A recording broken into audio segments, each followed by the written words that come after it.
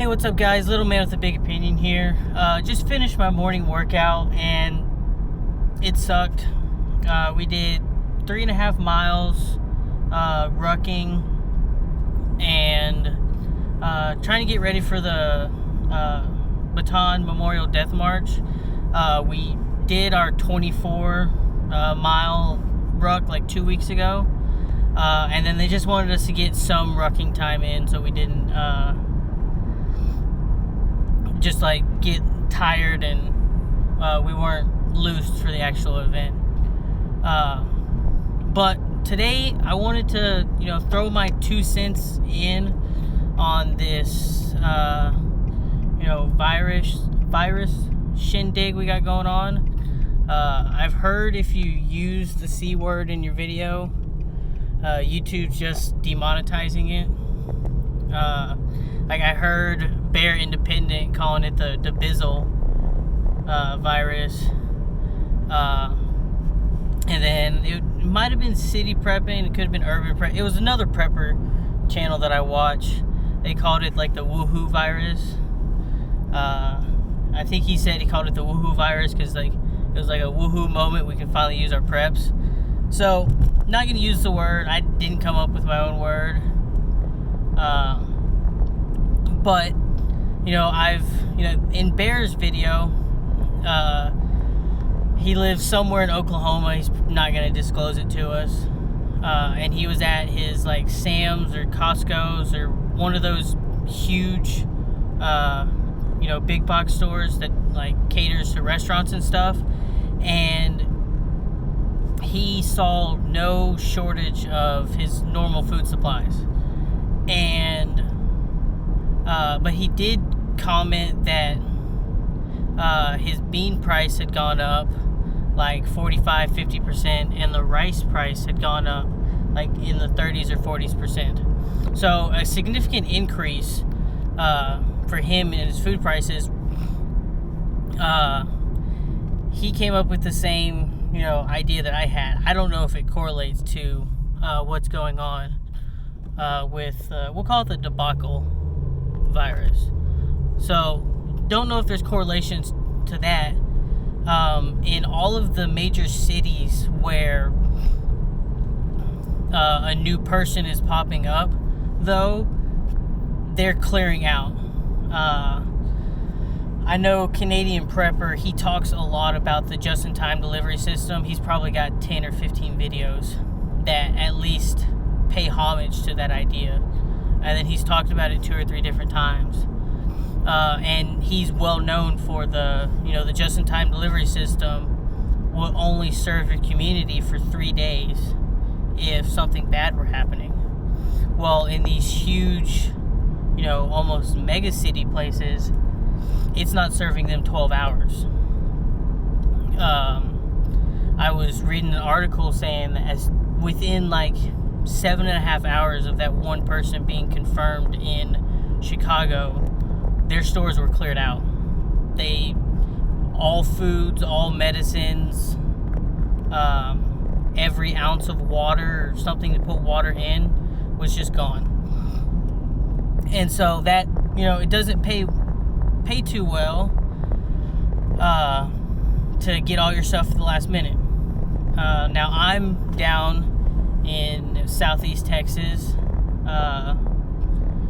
I go to school at A&M Corpus Christi, and we've got 5 or 6 Walmarts in the city, and the one that I normally go to, we didn't have any N95 masks. I didn't see any of them there. I'm going to have to drive around, because I want a few more, just to add to the list. And normally when I make my weekly, gotta make sure I can see the light turn green. Normally when I do my weekly shopping, I'll pick up a 20-pound bag of rice. Then at some point I'll go by Home Depot, pick up a bucket, throw in some Mylar bags, and call it good. Well, last night after I got off work, when I went to go do shopping, they had no 20-pound bags of rice. And I haven't really noticed many other shortages, And I don't know if that's just because, they slightly miscalculated on their, just-in-time delivery system, or if that's some people starting to take notice and they've done enough research to know that rice is a staple food that lasts a really long time. So I don't know. Now, as I slowly start adding to the list of things that I didn't see, sorry guys, got a little too close to you there. They also didn't have the 10-pound bags, and they didn't have the biggest bag Walmart sells of the pinto beans is an 8-pound. They didn't have the 8-pound bags or the 4-pound bags. So they only had 2-pound bags of pinto beans and 5-pound bags of rice. Now, they did have the other rice, like they had jasmine rice, they had brown rice, and then there was another non-Walmart company that had just a non-Walmart company that had a 20-pound bag, but it came in like this canvas sack, and it was really, really pretty. El Capo going the speed limit. He's not going the speed limit. That's cool. Maybe he's got somewhere to go. I got pulled over one time because I was holding my phone and recording like this. Because he swore up and down you weren't supposed to use your cell phone at all in the state of Texas while you were driving. And so I had to, stop and halt the video for that. But, so the rices and the beans and the N95 masks are the only thing that I didn't see in my Walmart. But it was also, I felt pretty hopeful about it because I saw 4 or 5 other people that I identified as preppers by talking to them.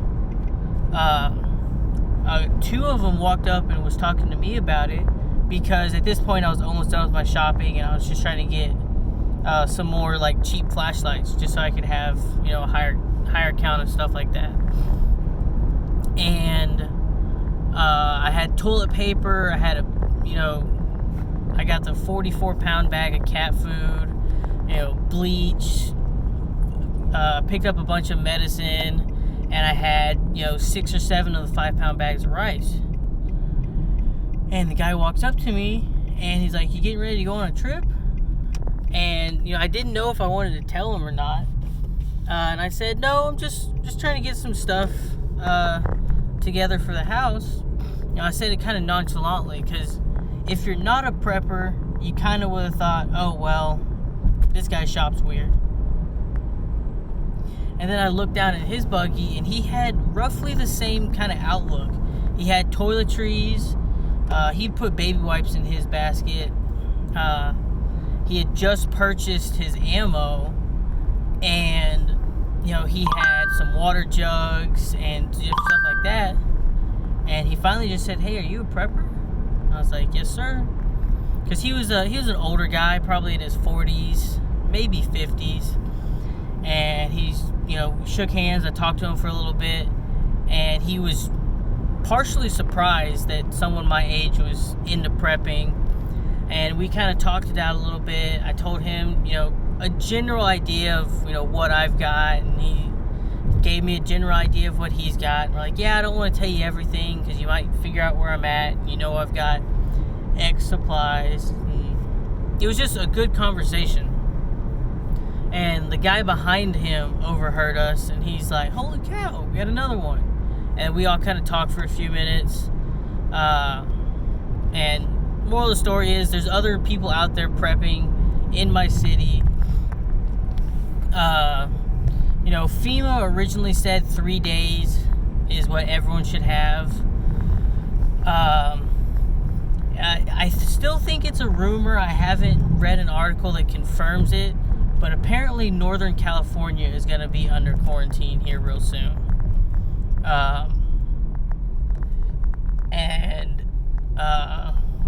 Mayors in California have called for local emergencies. And so the CDC did release an article saying everyone should now have 14 days worth of food supplies in their home for the possibility of a quarantine.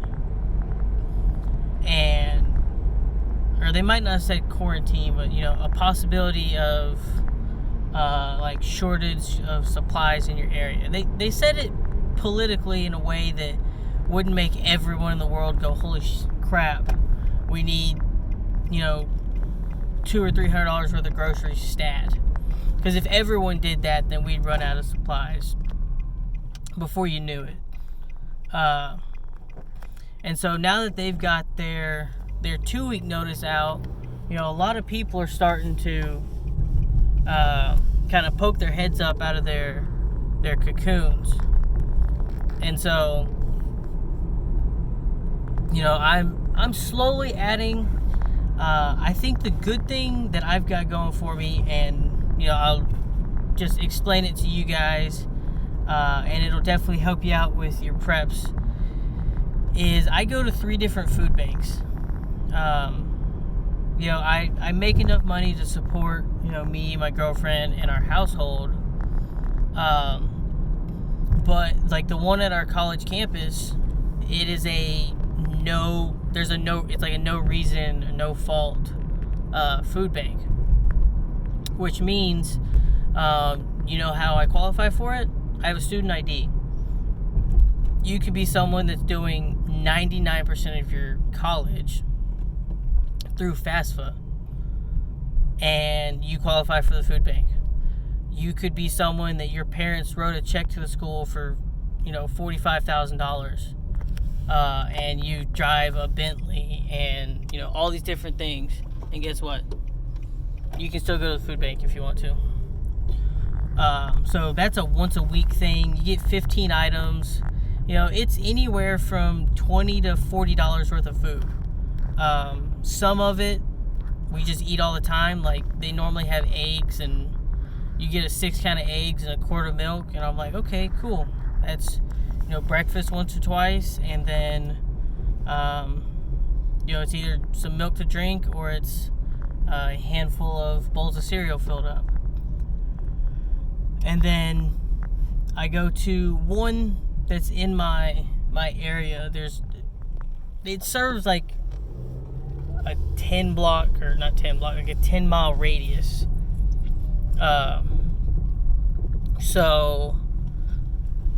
And that's, you can go to that one daily and get stuff. Now, you only get like 8 items, I think, a day. And you have to qualify, I think, monthly for it.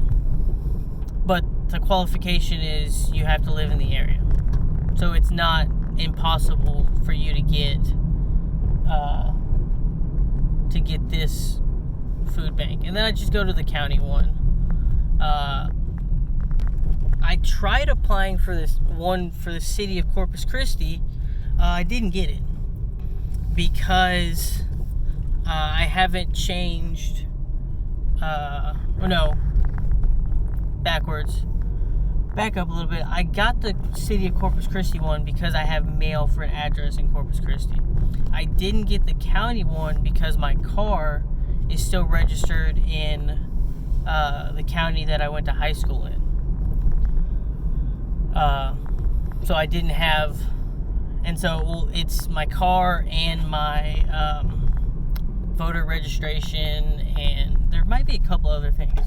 Moral of the story is they didn't let me into the county one, which is fine. And so I add, a good $50-$60 a week to my preps.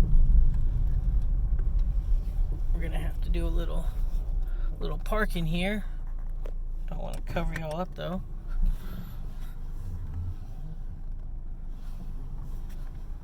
So I'm probably going to cut this video off about here. Got to go in, change, shower, do all that stuff. I think I have class at 11. Yeah, I have class at 11 today. But, certain items are starting to maybe disappear. If I check Walmart again in a couple of days and they still don't have those items, then I'm going to be on the lookout. And I might peruse one or two of the other Walmarts in my area. And then I'll probably end up perusing HEB, and we have like a Sprouts, and then I'll head to Sam's Club, and I'll check everything out. And then I'll give you all another update video. So with that, if you like the content, please leave a like. If you like what I'm doing with the channel, please consider subscribing. It means the world to me. Not really. I'll keep making these videos for the 20 people out there that watch them. And with that, I'll catch you next time, guys. Peace.